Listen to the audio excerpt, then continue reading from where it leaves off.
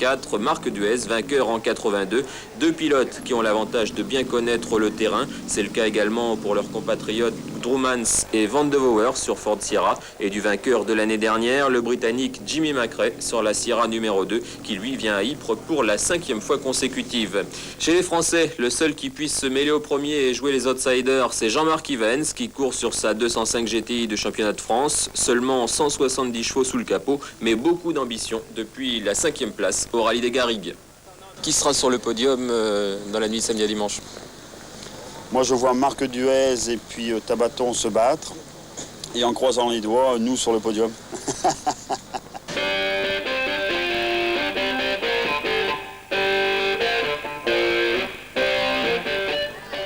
La première étape des 24 heures d'Ypres permet en général de faire une première sélection parmi les prétendants à la victoire. C'est ce qui s'est passé hier soir, mais il est encore trop tôt pour dire qui va l'emporter. Pour l'instant, en tête, ils sont trois. En une poignée de secondes, le Belge Patrick Snijers et Marc Duez et l'Italien Fabrizio Tabatone. Après les 12 premières spéciales de la soirée, c'est Snijers sur la BMW numéro 1 qui est en tête, mais il n'a que 5 secondes d'avance sur la Lancia de Tabatone. Tout au long de la soirée, le Belge et l'Italien ont fait jeu égal. Derrière eux, à 9 secondes, on retrouve l'autre BMW M3, celle de Marc Duez. Cette première étape a été particulièrement sévère pour les nordistes puisque Delecourt, Hainaut, Evans ont dû abandonner. Sortie de route pour Evans, 3e abandon à Ypres en 3 ans.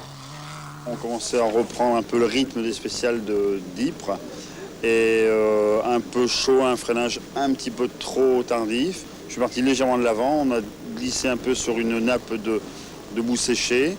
Je suis rentré dans le champ, puis il y avait un arbre, et puis ma course s'est terminée dans l'arbre.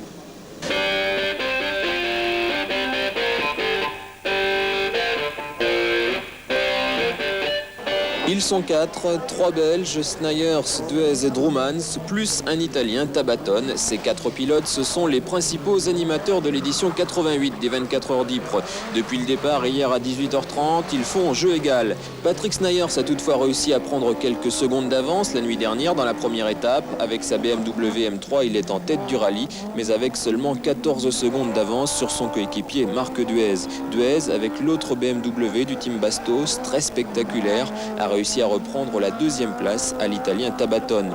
L'ancien champion d'Europe, désavantagé par un terrain que ses adversaires connaissent par cœur, espérait la pluie pour que sa Lancia puisse prendre l'avantage sur les BMW, mais elle ne tombe que par intermittence. Tabatone est maintenant menacé par un 3e pilote belge, Robert Droomans. Droomans réalise les meilleurs temps depuis le début de l'après-midi après avoir connu des problèmes de turbo sur sa Ford Sierra. Pour l'instant, 22 secondes séparent le premier du 4e après 212 km d'épreuves chronométrées, c'est peu. Le vainqueur de l'édition 88 devrait donc être un de ces 4 hommes, mais il reste encore 18 spéciales à parcourir avant l'arrivée. Il est probable qu'au moins un d'entre eux commettra une faute d'ici là, comme c'est arrivé au pilote italien Luigi Canini. Alors qu'il chauffait les pneus de sa Lancia cet après-midi, il a fait un plongeon dans le canal avec sa voiture, plus spectaculaire que grave, mais pour lui, le rallye est terminé. Chez les nordistes, après les abandons hier soir de Jean-Marc Evans, François Delecourt et Patrice Hainaut, c'est Dorothée Jacquemin qui est la mieux classée, 35e avec 18 minutes de retard. Elle est à la fois première française et première femme de ce rallye.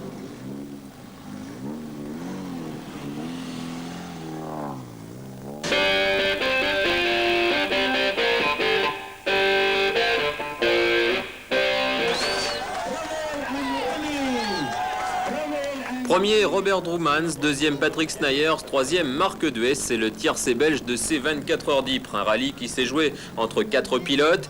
Dès la fin de la première étape, dans la nuit de vendredi à samedi, les 3 Belges, plus l'Italien Tabatone, avaient pris la tête des opérations. À ce moment-là, Snijers sur sa BMW M3 était premier et Robert Droomans sur sa Ford Sierra était 4e à 34 secondes. Samedi, Droomans est reparti à l'attaque. La Ford Sierra a signé les meilleurs temps dans la plupart des spéciales et rattrapé son retard. À 19h, Droomans prenait la tête du rallye devant Snijers. Il a une voiture qui va plus rapide que la mienne. Moi, j'ai fait des bons temps comparé avec les autres voitures, mais la Cosworth elle a des pneus plus larges et ils ont un moteur plus puissant. Je crois qu'ils ont tourné un peu la manette de turbo et c'est ça. En fait, dans la première étape, Robert Droomans avait été ralenti par des problèmes de frein et de direction assistée. Problème résolu samedi matin, ce qui explique sa domination en fin de rallye. À la fin du partie d'hier soir, on a changé les disques de frein. Et ce matin, on a commencé avec une voiture qui était parfaite. refait parfait. Et on a attaqué. Et au début, c'était que de petites secondes. Mais quand on a commencé la grand tour à partir de 4 heures cet après-midi, on a vraiment attaqué à fond. Derrière les deux premiers, la bagarre pour la troisième place opposait la BMW de Marc Duet à la Lancia de Fabrizio Tabatone. À une demi-heure de l'arrivée, l'Italien était devant le Belge, mais une crevaison dans la dernière des 37 spéciales lui faisait perdre 1 minute et par la même occasion la troisième place du rallye. À l'arrivée, Tabatone n'était pas trop déçu puisqu'une 4e place à Ypres lui suffisait pour prendre la tête du championnat d'Europe. Pour les pilotes français, le bilan de ces 24 heures d'Ypres est plutôt mitigé. Beaucoup d'abandons, mais aussi une bonne performance avec la 30e place de Dorothée Jacquemin, première française et surprise d'être là. On a terminé le premier jour 34e, donc tous les espoirs étaient là. Mais disons qu'on ne s'est pas battu pour une place. On s'est battu pour bien faire et être bien à l'arrivée. Et le jeu aidant, bien sûr, on a fait de mieux en mieux. Et ce qui est très très important, c'est qu'on s'est super bien amusé. Cette année encore, Ypres a été un succès qui fait rêver les Français. 100 à 150 000 spectateurs ont suivi le rallye.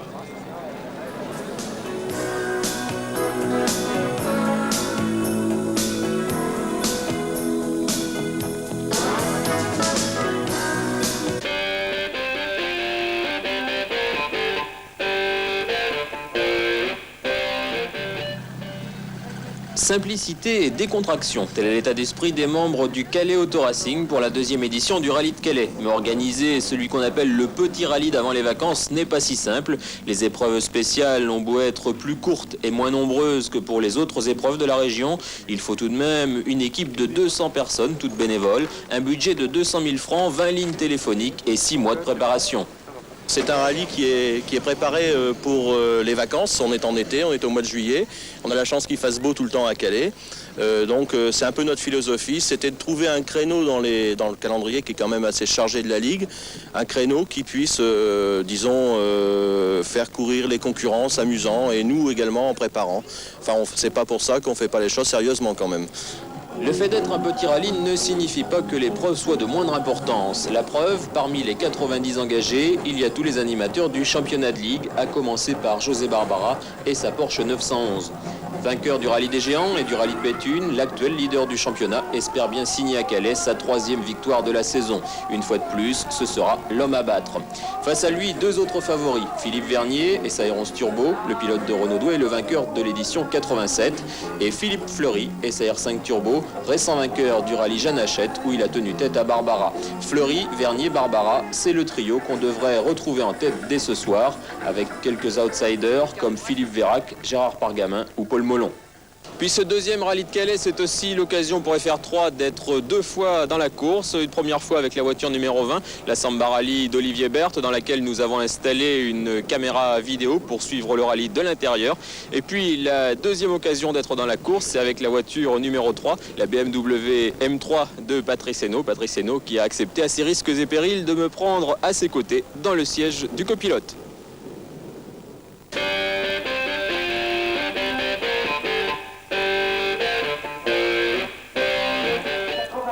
La joie de José Barbara, la satisfaction de Philippe Vernier et la déception de Philippe Fleury. Les visages à l'arrivée à Calais reflétaient bien le déroulement du rallye. Une épreuve qui a été marquée par la météo. Autant samedi, il faisait beau, autant dimanche, les routes étaient détrempées. Malheur à ceux qui n'avaient pas de pneus pluie, c'était le cas de l'Alpha 75 Turbo d'Éric Dupont. Parti en pneus slick retaillés sur une vraie patinoire, l'Alpha a accumulé le retard avant de se retrouver au fossé. Philippe Fleury non plus n'avait pas les pneus adéquats pour rouler sous la pluie. Leader de la première étape samedi soir, il n'a pas pu défendre ses chances dimanche, se contentant d'une 4e place à l'arrivée. C'est inconduisible. Pour moi, pour la Renault 5 Turbo, c'était absolument inconduisible. Autant hier, on a pris beaucoup de plaisir à conduire qu'aujourd'hui, c'était pas possible de piloter, quoi. La voiture allait d'elle-même au fossé, donc sans la bouger, sans rien. Fleury distancé, c'est José Barbara qui a pris la tête, suivi de très près par Philippe Vernier. Barbara a toujours conservé l'avantage, mais il n'y a jamais eu plus de 19 secondes d'écart entre la Porsche et la Renault 11 Turbo. On a toujours réussi à maintenir une petite marge entre 5 et 15 secondes. Au départ de la dernière spéciale, on avait encore 13 secondes d'avance. Bon, le dernier nous a pris que 6 secondes, donc il en restait encore 7. Enfin, vraiment, ça a quand même été une belle bagarre. Vernier deuxième, satisfait d'être à l'arrivée. Cette deuxième place survient après 3 abandons consécutifs. Sur la troisième marche du podium, on retrouve, et c'est une surprise, la première groupe N, une R5 GT Turbo de Jean-Paul Campion, une voiture de série qui a 2 fois moins de chevaux que la Porsche et qui a fait des merveilles sur les routes de Calais. Et puis notre station était représentée par 2 fois dans cette épreuve, tout d'abord avec la Samba Rally d'Olivier Berthe et Antoine Niamquet, dans laquelle nous avions installé une caméra.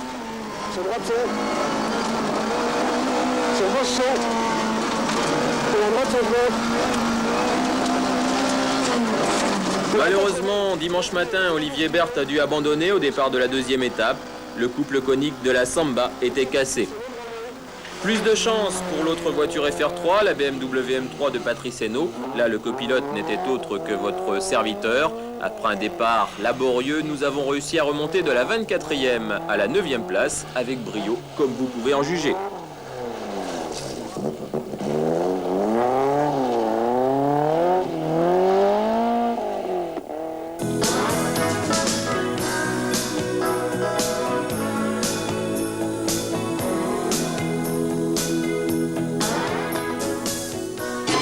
Bienvenue au pays Sédico.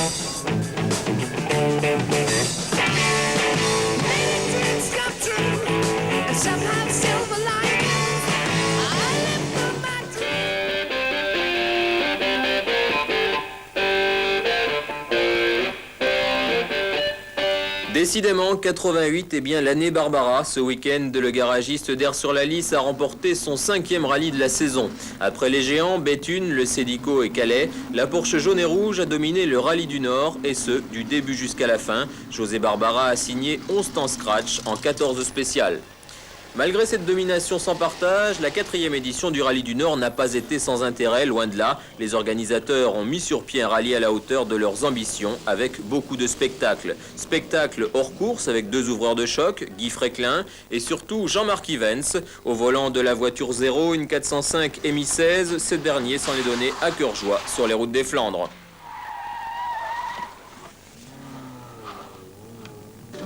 Spectacle également avec la Coupe Renault Sport. Pour leur première prestation nordiste, les furieux de la Coupe, comme on les surnomme, en ont impressionné plus d'un.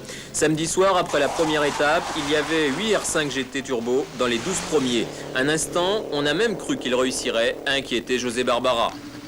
José Barbara qui partait ultra favori, qui n'a pas attendu pour faire parler les chevaux. Meilleur temps des 4 premières spéciales samedi après-midi, laissant ses principaux adversaires derrière lui.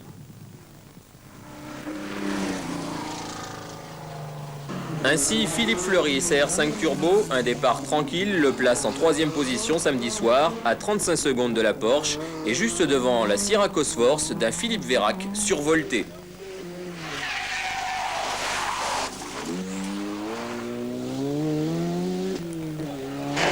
Philippe Vernier, lui, est un peu plus loin, 7e, une place inhabituelle pour l'équipe de Renaud Douai, mais un contrôle radar un peu avant Boskep a coûté une pénalité de 45 secondes à la R11 Turbo. En cette fin de première étape, surprise, le dauphin de José Barbara n'est pas un nordiste mais un méridional, Sylvain Polo, un des pilotes de la Coupe. Sa 2e place est d'autant plus inattendue que seulement 5 petites secondes séparent la Porsche de la R5 GT.